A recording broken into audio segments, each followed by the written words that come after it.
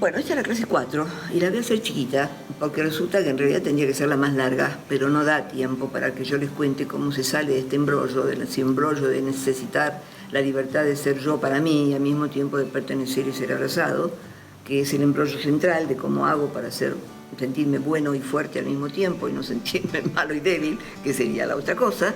Pero esto es efectivamente el trabajo de lo que yo llamo mutación, del trabajo de mutación, de pasar de una situación en la cual no soy ni una cosa ni la otra y soy un sapo troposo, a ser link, a ser una persona que se integra dentro de sí y que puede justamente ser un link de muchas ideas y de muchas situaciones externas también. Es un personaje, podríamos llamarlo comodín, como en los juegos de cartas, porque su habilidad de entender muchos recursos sirve para que pertenezca a varios tipos de cartas, de varios juegos posibles.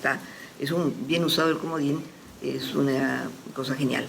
Mal usado el comodín no sirve para nada, ¿no? Es exactamente la metáfora del comodín, es o no hay otras cartas que podemos juntar y linkear y no valemos, porque no tenemos valor en sí mismo, o somos link y hacemos que una partida se pueda ganar porque sabemos cómo integrar cartas que en sí mismas no tienen forma de integrarse.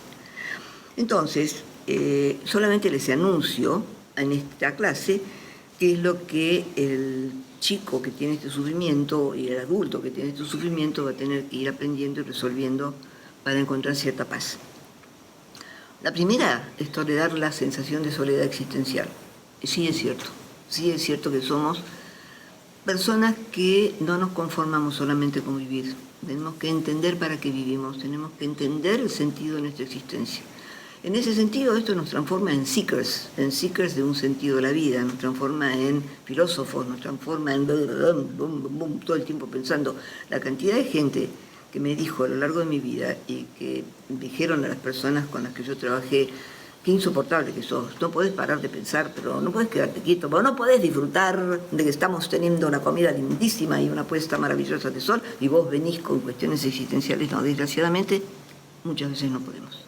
Es feo, no es lindo, pero esto es algo que hay que aprender a tolerar. No tenemos por qué estar todo el tiempo ni sufriendo por esta sensación de soledad existencial, ni mostrándose a los otros diciendo: ustedes también tienen que sentir esto, porque no es verdad. Porque no es verdad, hay mucha gente que no necesita entender para qué vive, para poder vivir bien, ser feliz y ser buenas personas. Eso no nos transforma en ser mejores personas. Eso nos transforma en ser personas diferentes, nada más. La otra cosa que justamente viene a continuación de esto es tener que desaprender a tener que afirmar mi diferencia para creerme alguna cosa, porque como no nos creemos nada, muchas veces tenemos que decir sí, porque yo creo esto, aunque no lo creamos del todo, pero por lo menos nos hace sentir que tenemos alguna verdad. La otra cosa que tenemos que hacer es ser totalmente pacientes y compasivos con nosotros mismos, porque realmente esta historia de haber nacido, estar expuesto, haber entendido, haber aprendido y haber querido muchas verdades, muchas culturas, muchas informaciones diferentes, que no necesariamente entre el conflicto entre papá y mamá, sino muchas veces es dentro de una familia que se va a vivir a otro país porque el trabajo del padre, el trabajo de la madre, porque son misioneros o porque son diplomáticos o porque vivieron en distintos países, hacen que los chicos crecieran expuestos a diferentes mandatos culturales, no necesariamente como un conflicto, sino como una situación simplemente de diferencia, pero que el chico, repito, con esta capacidad empática global y con esta capacidad de entender todos los puntos de vista al mismo tiempo y sabiendo que todos los puntos de vista tienen un poco de verdad, realmente la asimilaron. Y esto es lo que construye la subjetividad de este tipo de personas.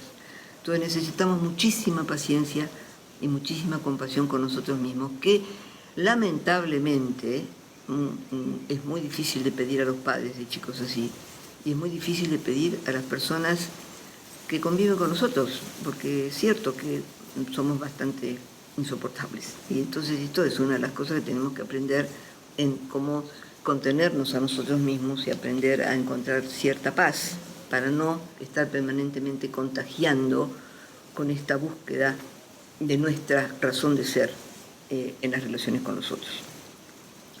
El otro elemento fundamental que estos personajes tenemos que aprender es la diferencia entre no querer ser domesticados, que es una fantasía de ser ahogados, castrados, lastimados, apretados y destruidos de nuestra verdad, con la necesidad de ser domados, que no es lo mismo.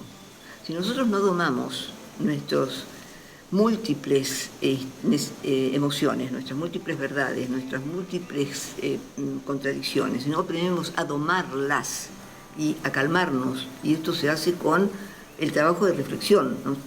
Las emociones fluyen y no son ni buenas ni malas.